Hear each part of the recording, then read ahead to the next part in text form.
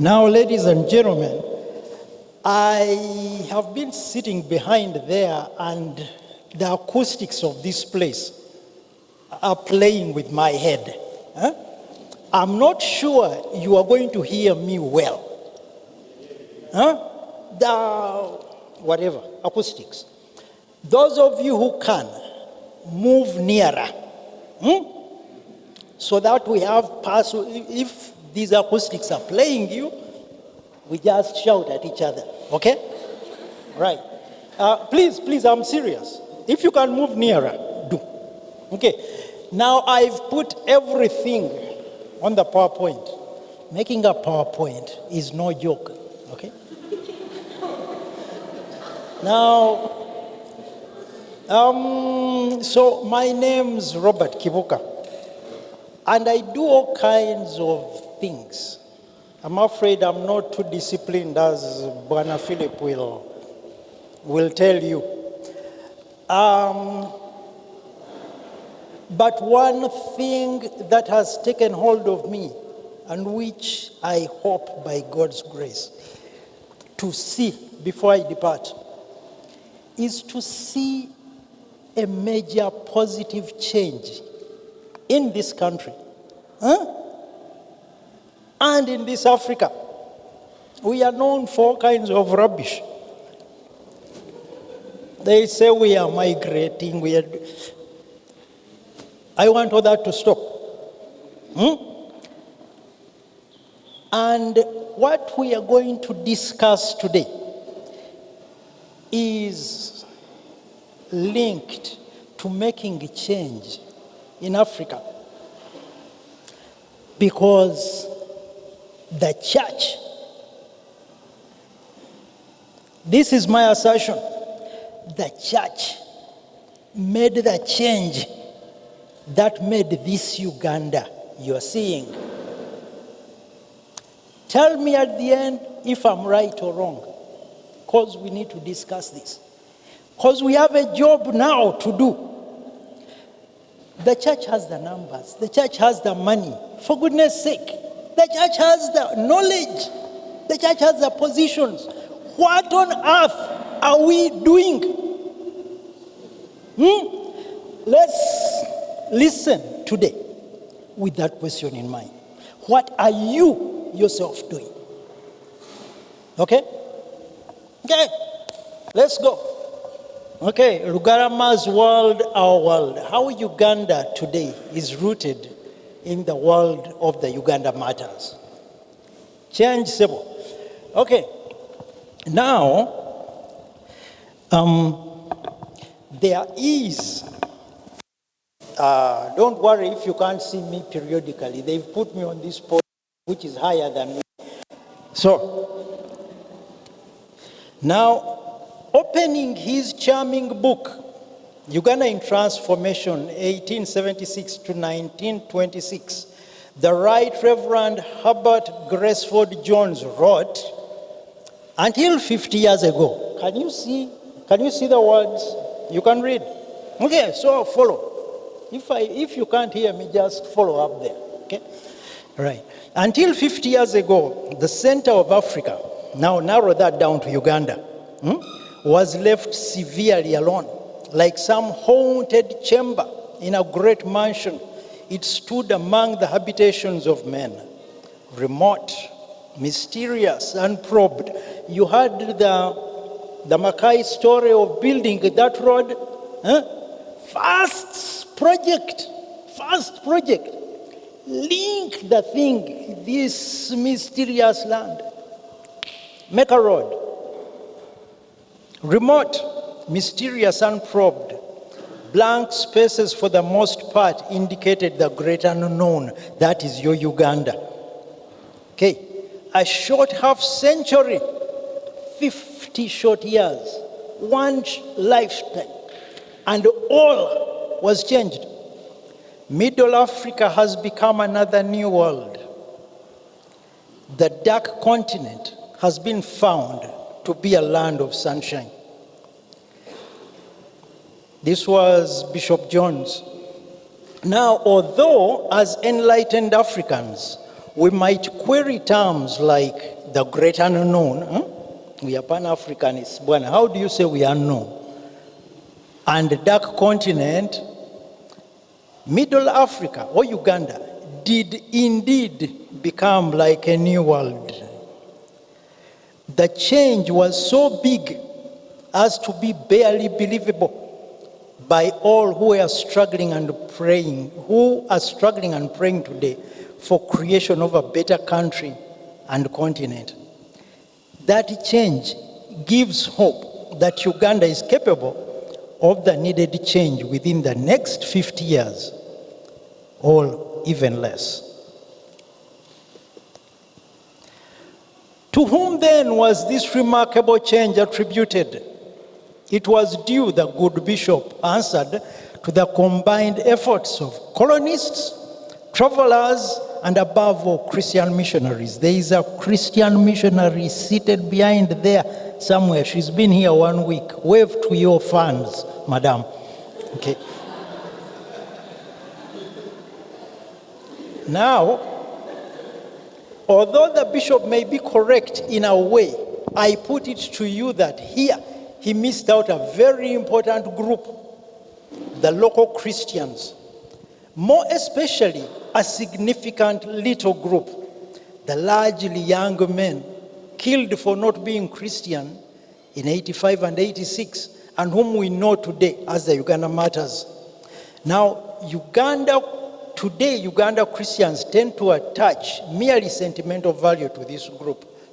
Who cares about the martyrs? Apart from Catholics, those will kill you. They fiercely hold on to and pray each to a chosen personal martyr. Before you denigrate a martyr, first find out whether your neighbor is Catholic. Okay. However, there is more than sentiment here. I'd suggest that in our seeking to understand better the things that make and drive Uganda today, what does your president say are the things that drive Uganda? That make, quid? Security. Yes. He says security. What else does he say? What does he say is very important. You people don't know. Let's go, Mr. Philip. Let's go home.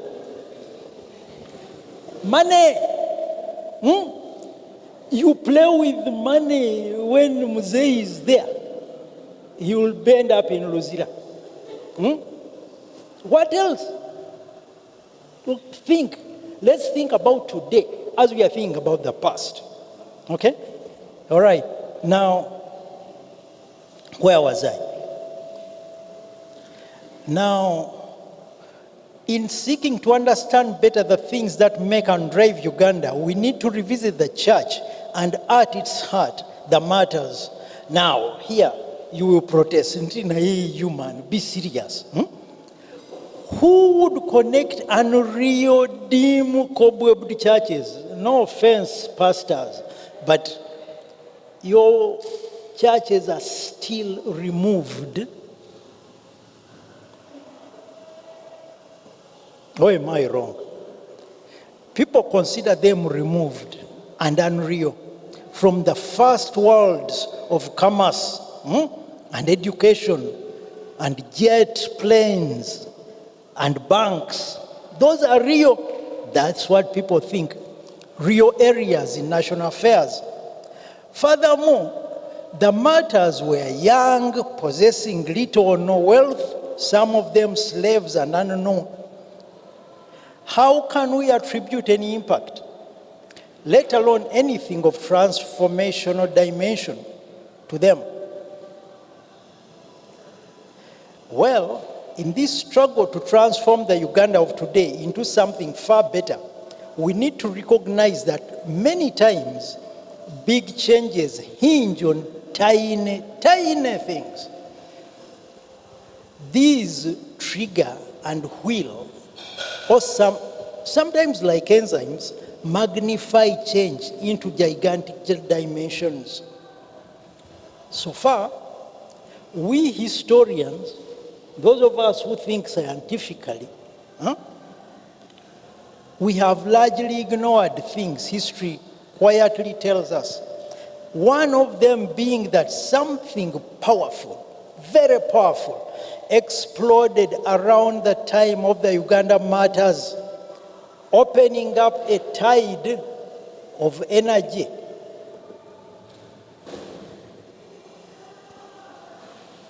Okay? That propelled Uganda into a new world. Change, serious change, like 1986. You know us? Okay? Change began happening around that time. Big change. You look for change in Buganda. Look for change. They said sooner, Kale Yarwana, he fought in Bukedi, fought wherever, and he added the province or Saza or two. And that they thought was big change. This change that came in, was it 86? Hey, yes, they are both 86. This change that came was 100 times bigger than any Kabaka had ever done. Bigger than any, were there Chabazingas? No. But our time is, I'm killing our time, and I'm going to take too much time. Do I have a timekeeper around here? Do you have a timekeeper? Please show me, hold up something showing me how much time I have every 10 minutes. When I have 15 minutes, hold up every 5 minutes. Okay. Okay. Can you hear? You were not hearing? Okay. Let me be more disciplined just reading, because you're also reading along. Are we going together?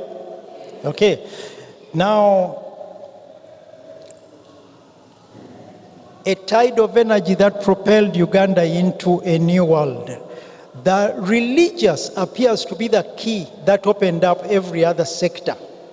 For this reason alone, we need to re-examine this history as well as the substance of this faith. To help us in this today, we will unearth a tiny bit of the world of the martyrs through the life of one of them, Yusuf Lugarama, out of my book, Please Don't Cut Off My Hands. The heart of the story comes from the account of missionary Robert Ash. How is that name spoken? Ash? Ashe? What?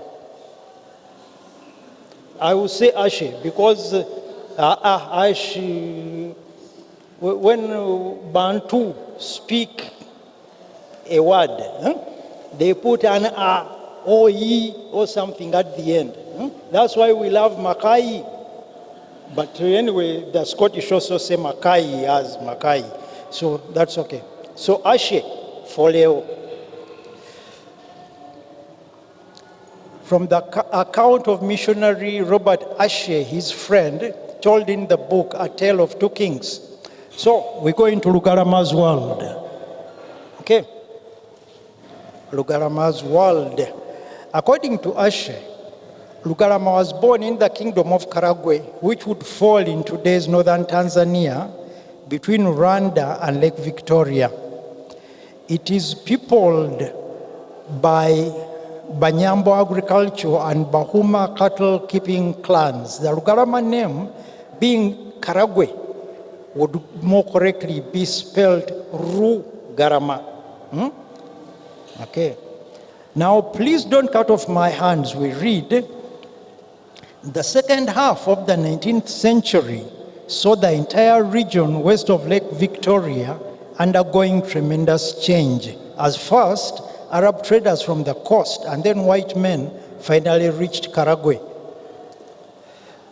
They introduced new items of trade like cloth and guns, which they exchanged for ivory and slaves, among other things.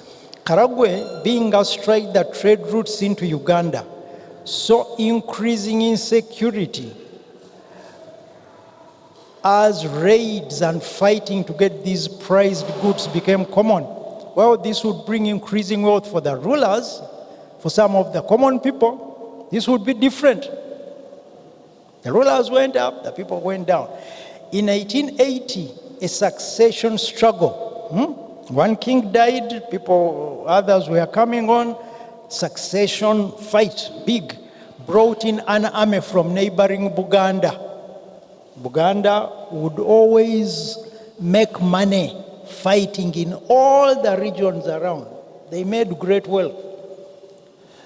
Upon putting their candidate on the throne, the victorious Baganda, looking for spoils of war, went on rampage, attacking helpless communities, killing the men, enslaving large numbers of women and children, and looting Lugarama in the early sprout of youth, 12, 13, was about to be killed but a Christian chief, Sebwato, ordered he be taken captive. He said, Temuta, Temuta, leave him, I will take him.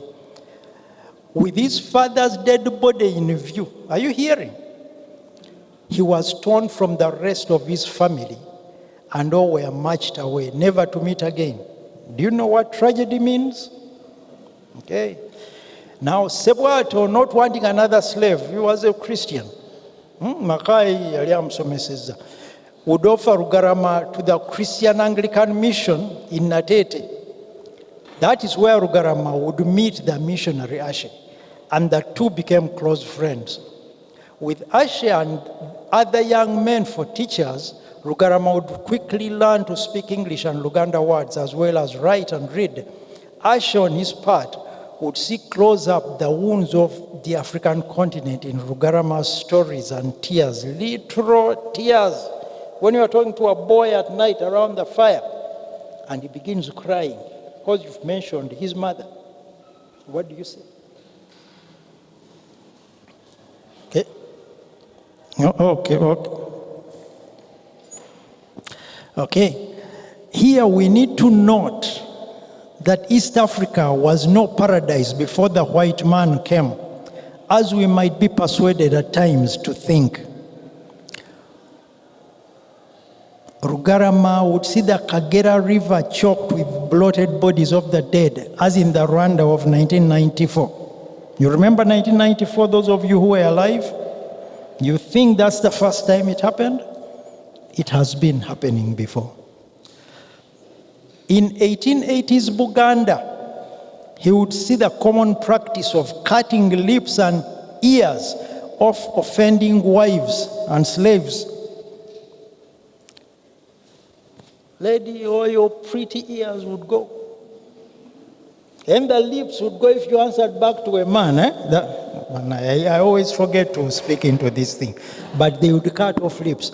And those are civilized Gandas. And I'm Ganda, so I can say this.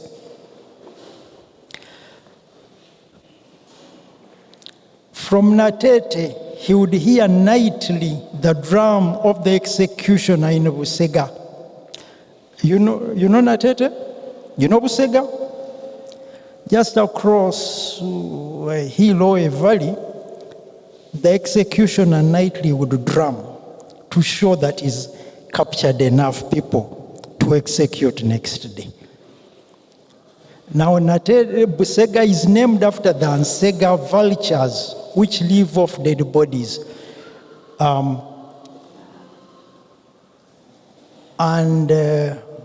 The executioner would randomly ambush people. Makai tells this story. Ask Bwana there, he will tell you those stories. Now, Rugarama would hear stories of the Sudan and northern Uganda, where the slave trade was driving people to live in caves like animals away from their homes. That is the Uganda that was existing then. You think you were seeing bad days? These days were 100 times worse. Now that was Rugarama's world. Okay, let's look at the mission, busy and innovative. How long do I have? Because this entire section I can skip. if we don't have time. Do I have time? 20? 20, I won't make it. Do I skip this? Okay, I'll just read. Now remind me, I get off this, tell me get back. Okay? Okay. The mission, busy and innovative. Rugarama's home was the mission, which at that point had just 3 missionaries, Mackay, Ashe, and Filippo Flaherty. The Natete town then, and the mission house was situated a mile outside today's Natete town, where Mackay Memorial and Natete Church now stand. It had a large compound with several large houses built of straw. Right in the middle of these stood a double-story house made of solid nkoma, coconut palm poles, with earthen filling in between and a straw-thatched roof. Alexander Mackay, after 5 years of all types of snakes, insects and animals dropping into a house made of grass, had had enough. Though he had to be careful and not risk being accused of building a fortress with stone or earthen blocks. Remember, he had enemies. He had these Arab traders, and the traditional chiefs hated him. He found a compromise in Nkoma. The lower part of the mission was surrounded by banana and potato gardens alongside other new plants under testing. There were goats and cattle and chicken. Thieves and leopards loved visiting at night, sure to get something to eat. Many tens of people came in every day. Abasomi, the readers, came early every morning, prayed, listened to teaching, then settled down to learn reading and writing. Others came to get things fixed in Mackay's memorial and carpentry workshops. We've already got that. Okay. The sick also came for treatment. He was a doctor, he was an engineer, he was a farmer, kila kitu, he was there. Now the mission had a small portable printing machine which at points took precedence over other things, spreading ink, paper and powder everywhere. I'm a printer, I know. A total mess. Printing, total, all of you would go black. Okay? Uganda men to whom leisure and ease were the ideal, the busy little mission taught the importance of hard work, very hard work. To a generation today which values leisure and money earned without work, we need to revisit that busy little mission in critical ways as we study the roots of change. We want to know change until we see these examples played out again. Okay? Those of you who want to see hard work, come and tell me. Or those of you who know a man called Laban Jumba, he's out now in Mubende. Look for him, okay? Go and spend a week out in that bush. All right. Now, natural and man-made disasters. The 1880s saw the land go through times of severe hunger as endless wars promoted ravaging sicknesses and let much cultivable land go wild. The mission strived to have large areas under cultivation, opposed raids into surrounding tribal lands, and did what it could to treat the sick. It is from here, perhaps, that the church could get a picture of critically needed roles it could play in peacemaking and the addressing of violence-oriented cultures. What is the church saying? You reverends, what are you saying? You people in the pews, what on earth are you saying? Police. Okay. It could also help in studying the pursuit of power, militarization, and the ultimate betterment of human life. Now, the smallpox and the plague. The smallpox, Kawali, was known to periodically go through the land, and the early 1880s saw a resurgence. It would come every 10 years and less. Now, extremely contagious, it would start with symptoms of flu or COVID. It would then come out all over a victim's body in a terrible rash, breaking out in very many deep sores.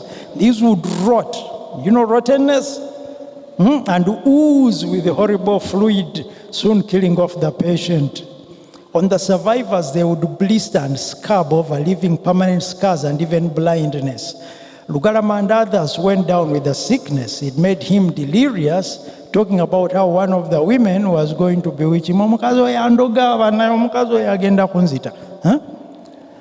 This, said O'Flaherty, who was a big joker, was a sure sign that he was going to die. Now, people were dying daily, and the country set a curfew on movements, as in the COVID days of 2020s. In the end, the pox began to recede, and amazingly, all of them in the mission recovered. Now, the terror of the pox was only eclipsed by that of Kawumpuli, the plague. Have you heard of Kawumpuli? We don't hear of Kawumpuli anymore. The plague? Okay.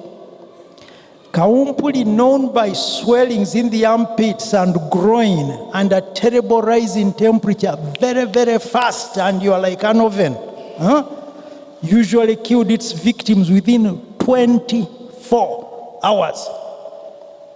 Now that's chaos. 24 hours and you are gone. Being extremely infectious, it was greatly feared, killing off entire villages, sweeping house to house to house, everyone gone. Only the pox killed more people than the plague. The introduction of vaccination, therefore, 16 years later by what was that doctor's name? Cook. Albert Cook. And his wife, never forget his wife, in Namirembe Hospital, bringing an end to these outbreaks would leave Uganda owing a huge, huge debt of gratitude. Now let's look at the economy a bit quickly. There was an open space nearby across the wide road in front where the local market was held regularly. Peasants with small things to sell carried their goods, and having sold them, brought what they needed. All kinds of edible things would be on sale. White ants, in those softened banana leaves, dried fish, dried meat, yams, bananas and potatoes, beans and peas. Life hasn't changed all that much. It hasn't. The Kabaka fled certain his enemies had attacked. He was only stopped by his friend, the Catholic missionary Mapera. Taking shelter at the Katikiros, the Kabaka was then driven out of there, by that place too, catching fire. It was struck by lightning. Can you believe it?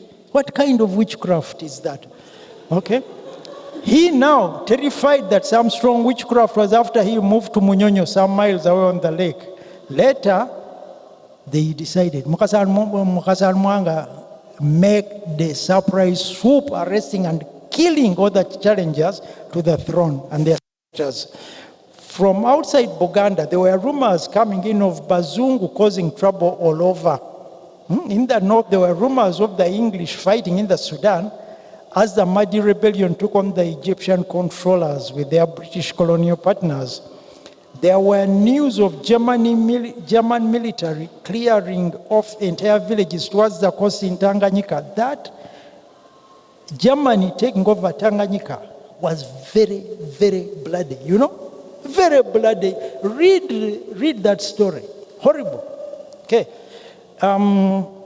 There were uncertain, undefined tales of Bazungu advancing from the west in the Congo as French and Belgians, it has been alleged, tried to get a hold on the Nile. Now, within the Christian missionaries, teaching off from slaves to the highest chiefs were regarded with growing suspicions that soon they would possess enough numbers to be a major force in the country. Catholic mission was the bigger and better facilitated, much better facilitated. With more missionaries, helpers, and converts, it was baptizing even slaves, purchased and freed for the purpose of being baptized. Okay? Therefore posed a bigger threat. Now, there were old and settling prophecies. One was that Buganda would be conquered by people coming from the east. And this kept the Baganda chiefs suspicious and cautious. Mutesa once told Makai, I know you white people want exceedingly to see what is beyond Busoga, but I will never permit it. There was, in addition, the understandable misunderstanding of the role of missionaries in Buganda, with people convinced that missionaries were ambassadors of foreign power. Has that changed? Huh? You haven't had accusations. You guys are just in the armpits of. Are there Americans around here? Okay. Let's say French. Okay. The British Council in Zanzibar, by using missionaries in Uganda as official links with the Sudan, also confirmed rumors that they were in league with the Baturuchi, the Turks and Egyptians, who threatened Buganda from the north. We mentioned it earlier, didn't we? Okay. Now, that's a garrison aiming Pasha to rescue in Mengo. This would be especially after 1885, when the Sudan was cut off from the north by the Mahdi. There was a growing feeling of insecurity among the Arabs and traditional chiefs, who pointed at the growing gathering of boys around the mission as a sign of increasing power. And there was one more unknown source of trouble, Rugarama. 13 years old, one was causing problems. A boy whose appearance stood out. He was wanted by many for homosexuality practices. Those of you who think this stuff has just come in,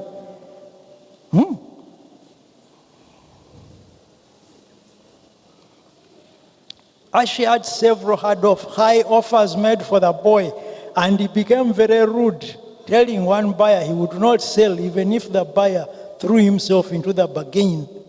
When the missionaries visited the palace with him, and the Katikiro saw the outstanding, intelligent boy and inquired where they had got him, he was not happy to be told Sebwato had given him to the mission and not to himself. He was had such a high opinion of himself, but he kept quiet. He would carry that in his heart, awaiting his revenge. He wouldn't punish Sebwato. He wouldn't punish the missionaries. He said, "We'll see." And he went for Rugarama. Finally, the weight of the fears and accusations would break the king's confidence, and he would decide to remind the missions who was in charge. So the storm breaks. That is how it happened. On their way to the lake for a trip one morning, the group comprising the boat crew, 3 or 4 boys, Rugarama and Kakumba, with Makaya and Ashe bring up the rear, found the army commander Mujasi blocking their way with his men. Timudeyo, you go back. Having the king's permission, they protested, king's permission, later here, don't joke with us. They hadn't recognized Mujasi, and they attempted to go forward. And the guys got them. And they lifted Makai Chifuba. Haven't to. Okay. Now, the missionaries stood at the crossroads where the roads from Rubaga and Natete met. Now, I'm not too sure of those routes. We'll need to work them out. Soon their team came up. The rest of the people came up. The boatmen disarmed of their guns, and the mission boys with their hands behind them. Ashe, seeing Rugarama, unthinkingly went up and proceeded to untie the binding rope. And the soldiers were mad, became very angry. And Mujasi, whom Ashe did not know, now ran up and brandished his sword in Ashe's face. "You are drunk. He didn't say stupid. He didn't know English. But he said all those things. And Ashe stood facing Mujasi, shouting back, "I'm not drunk." Now, those of you who've seen men fight, things heat up. You say something, I say something hotter, you say something even more hotter. And Ashe now challenged Mujasi scornfully. Kale, jangu, come with your sword, Doli, just like a slave here. You are telling the army commander, who is the army commander? You are calling him a slave? And his soldiers rushed in. They knew this guy was going to kill a Mzungu. And then all kinds of diplomatic chaos would come up. So they rushed in, diffusing the crisis. They seized and pushed Ashe back forcefully, though they didn't hit him. And he was really, really blazingly angry. And he turned and walked away. And the group followed him, and the boys were taken up to prison towards Mengo. Now the missionaries, looking for help, went to Katikiro but found him already in conference with Mujasi. They offered a defense for all Mujasi's accusations and seemed to be winning the argument. However, the Katikiro was not looking for justice. Here's the man, Chief Justice. You tell him everything, they appear to be listening. He grew increasingly angry and finally threw away all pretense, turned to Mujasi and shouted, "Remove the Bazungu, let them return no more." The white man's attempts to cool him off were futile. And he now said, "Mujasi, wesibe encha, kwata Philip, ne Makai, no. Ashe, meaning Ashe. Obasibe n'ebyabwe byonna wabweru bagende ne wabweru w'ensi yaffe badde e Bulaaya." That means, Mujasi, tomorrow arm yourself, seize Makai, Philip and this Ashe, bind and throw them out of our country with all their things. Let them go back to Europe. Mujasi and his men leapt up and danced, yelling in triumph, had won.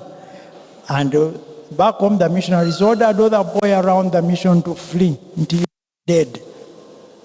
They then decided that rather than flee, they should try to cool off things with presents for both the Katikiro and the Kabaka. They sent off bundles of cloth. Some of the boys in captivity were ultimately bought out and released, but Rugarama, Kakumba, and Serwanga were detained. The boys were tried before the Kabaka next morning, accused of many things. Their real crime was believing in Christianity and thus being the agents for destabilizing order and undermining the supremacy of the rulers. Now there is a question for us today. We think our rulers are enlightened, and modern government systems exist. There is a justice system, there's justice, there's prime minister's office, everything is well organized. But could biblical Christianity not be accused, if someone wanted, of being an agent for destabilization? You think you're safe? Okay. So, the justices ask, where are you readers? Do you know he's a Messiah? That is Jesus Christ. Do you believe in rising from the dead? Well, that is choosing foreign things, going against the peace and stability of the land. The punishment is to be death by fire. It was a preordained case. Nothing could save them. The prisoners were handed over to Mujasi for execution. Mujasi, mocking the 3 years he let them out, laughed. Oh, you know he's a Messiah. Hey.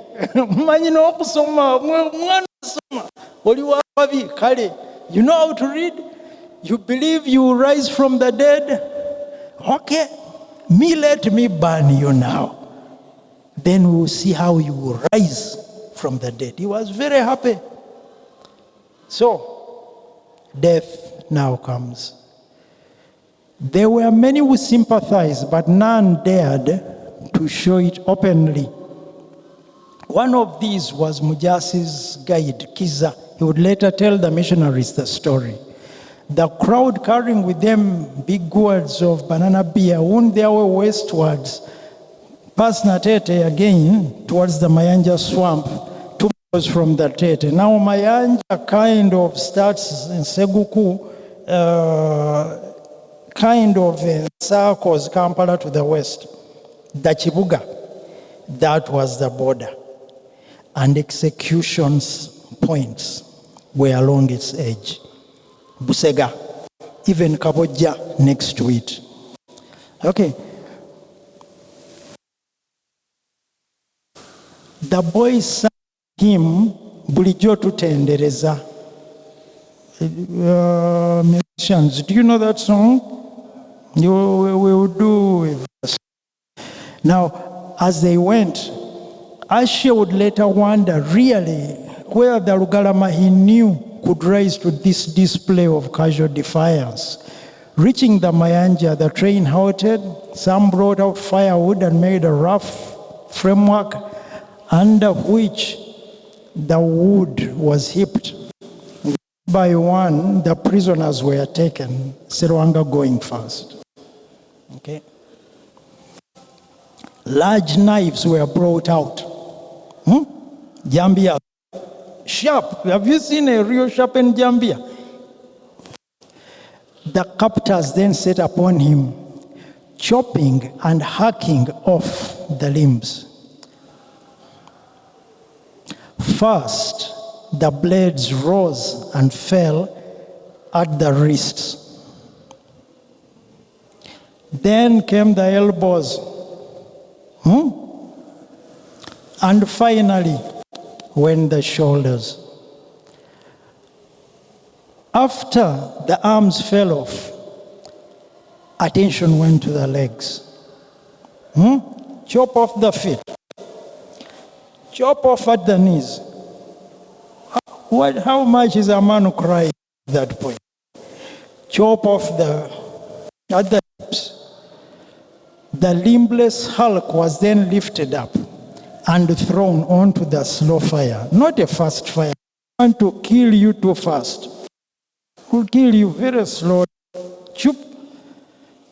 The chopped up limbs were thrown on after it.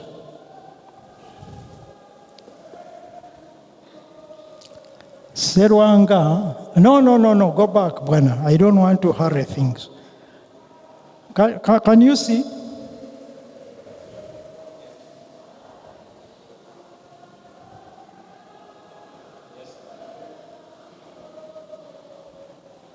Serwanga went silently. They then came for Kakumba and he challenged Mujasi, who claimed belief in Allah the Merciful, to have mercy. However, Mujasi was not about to change his plans. Kakumba was dispatched the way Serwanga had been.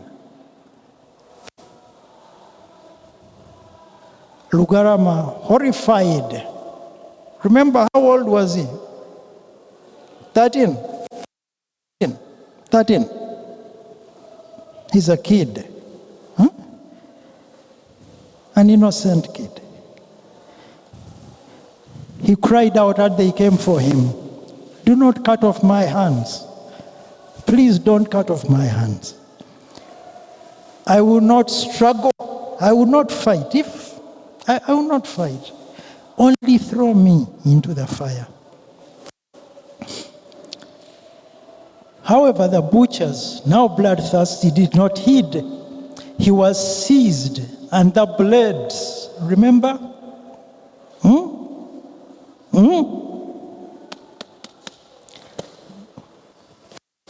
The blades rose and fell. The dismembered form was then flung onto the fire with the others. Move, Sebo. Come on.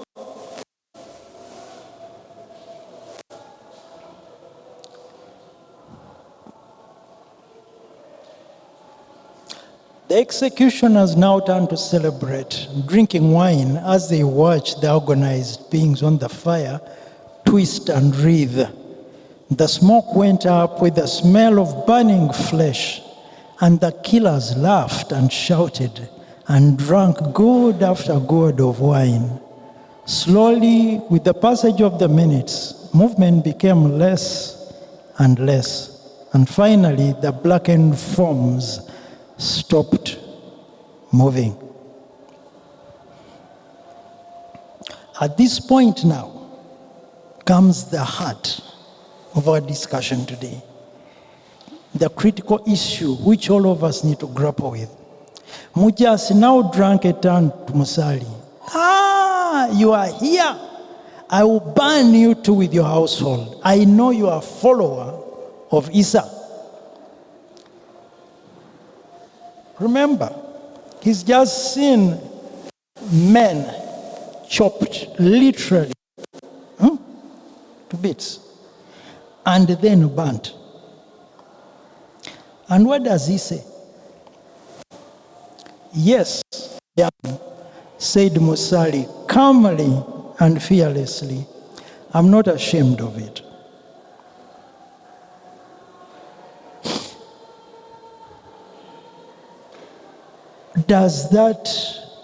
Is that logical?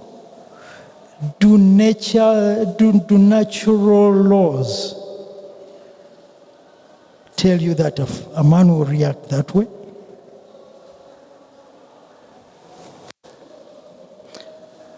The terrible killing of the three, far from making other followers disavow their faith, was having the opposite effect. There is a word for doing something, expecting a particular result, and getting the opposite. That word is antithesis. Where the executioners had counted on extreme cruelty, gore, and pain to create terror and break up any affiliation to the new faith, the opposite was happening. Christianity had got a grip on the public mind. The door to change was starting to open.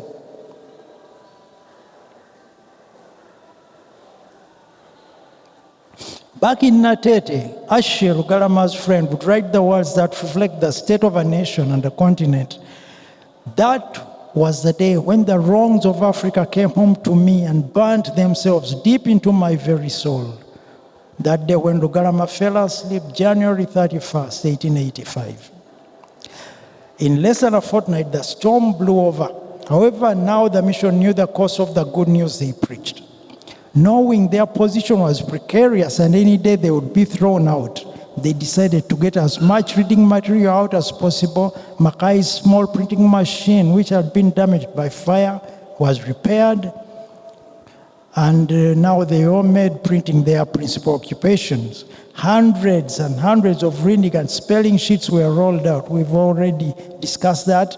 Numbers coming now from outside greatly increased. From morning till evening, eager readers filled the mission. A clear, decided mind could be seen in each. With the increasing impact of the mission, Mwanga could not rest easy. Rumors of white men bringing armies to take the country panicked him into ordering for Bishop Hannington's arrest and killing at Luba's court. With the killing of Hannington, now the question was what to do with the three white men who seemed to be in a plot, having lied about the bishop. It was decided that they be killed. Mwanga's sister Nalumansi now stepped in, sending a message that, guys, make friends with the king, redeem yourselves. That's another story. Now, months of quiet followed until June 86, when a page refused orders to practice sodomy with a chief, and things exploded. Readers turned against many practices of Mwanga's court. Smoking marijuana, drinking gin became a political issue as chiefs complained to Mwanga that his slaves were now disobeying his orders. As if you were not a king in your own country. Those you order this, they don't obey. And the Kawaka flew into a rage. The order that went out is debatable. However, Christian readers were now hunted to be killed. The Chiwendo, the manhunt that followed all across Buganda, not that, it was all across Buganda, is one of the most bloody events in East African Christian history. Dr. Jankas, those of you who've heard of him, entering Buganda from Bunyoro, told of seeing mutilated corpses strewing the roads. Some were brought in from far. Matia Mulumba, the martyr, was picked up from his home in Mityana. Chiefs were ordered to surrender any subject they knew to be a reader, or they would have trouble. And some surrendered innocent people they didn't value. At court, Mwanga gathered the pages and ordered those that believes in the white man's religion to cross the floor. 66 pages rose and crossed, well knowing they were going to their death. Locked in coligos, that sticks with a fork tied around your neck, they were led in single file to Namugongo, 10 miles away. Some were killed along the way in the most cruel ways by their enemies who had now had a chance. And great effort went into making sure the most painful deaths were inflicted. Those who made it to Namugongo were then mutilated and burnt alive on the 2nd of June, 1886. Okay, it was big news, felt to the borders of Uganda and beyond. It was dramatic action. It was challenging because now there was talk all over. Those who believed in Mukasa, can these things be real? No, they can't. Neoba said, how come they didn't? How come they died like that? They didn't cry. And it had the promise. What is heaven? You know? Now Christianity had gripped the public mind. But above all, it rang true. Whatever truth is, I don't know, but it rang true. That instinct that says this thing is correct. Christianity now had an unshakable grip on the public mind, and the door to change was now doing what? Swinging open. Within 2 years, much of the old world was challenged and changed as more open-minded cultures were seen, and Mwanga lost his power. He would be thrown out. Those religious wars now started. Yes, and then he would be brought back, and the colonial power would enter at this point. New laws and systems came into play. The railway would open up a world of technological advancements, and change would accelerate. Those are the 1890s, when real change was. Yes, they are throwing me out. Shall I finish? Have about 3 minutes, okay? All right. Change would accelerate. 1890s. We need several another. Just talk about the 1890s. Okay. The church would then cross the country. We need to talk about the lay readers. There was mention of lay readers. The Chivebulaya was first a lay reader, then a reverend. Yeah. Now, there were 100 Chivebulayas. Unknown. They've died there with nothing. But they are the ones who built the first churches you see in your villages. Okay.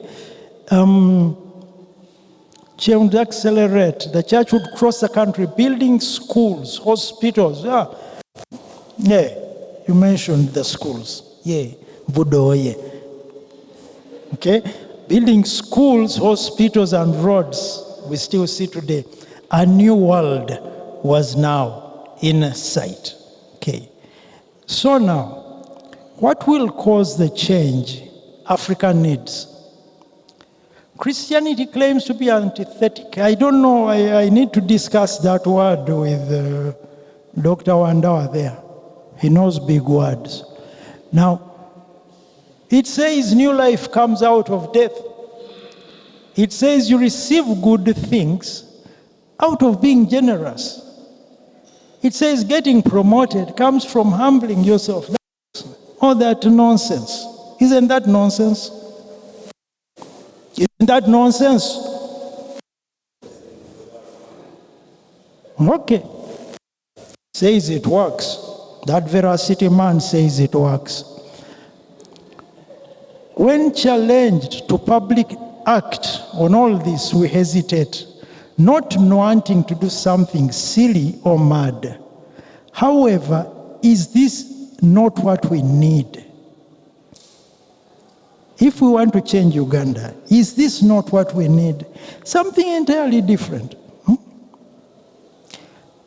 After seeing the effects of greed, what you call corruption, greed, selfishness, hatred.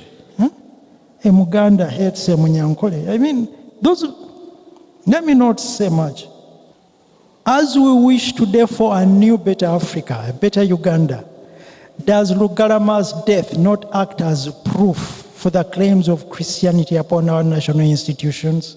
You think Christianity has lost its power to change nations?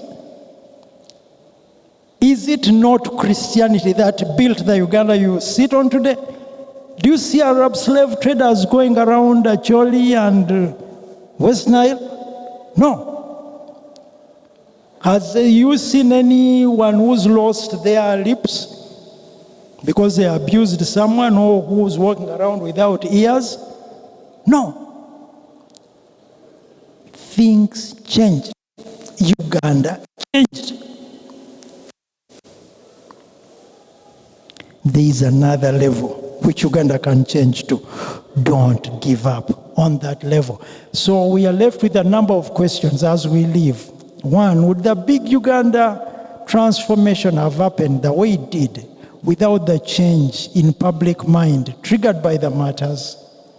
Question two, is there a bright future for a Uganda, however rich and powerful, that drifts deeper into faithless, visionless waters? Like now, where are we going? 3, what is the future of a church that fails to stand up for what it believes? Have we stood up for what we believe? How much have we had the church challenging corruption? When a minister takes, what are these roofing things? Okay, ladies and gentlemen, aluta continua. God bless us.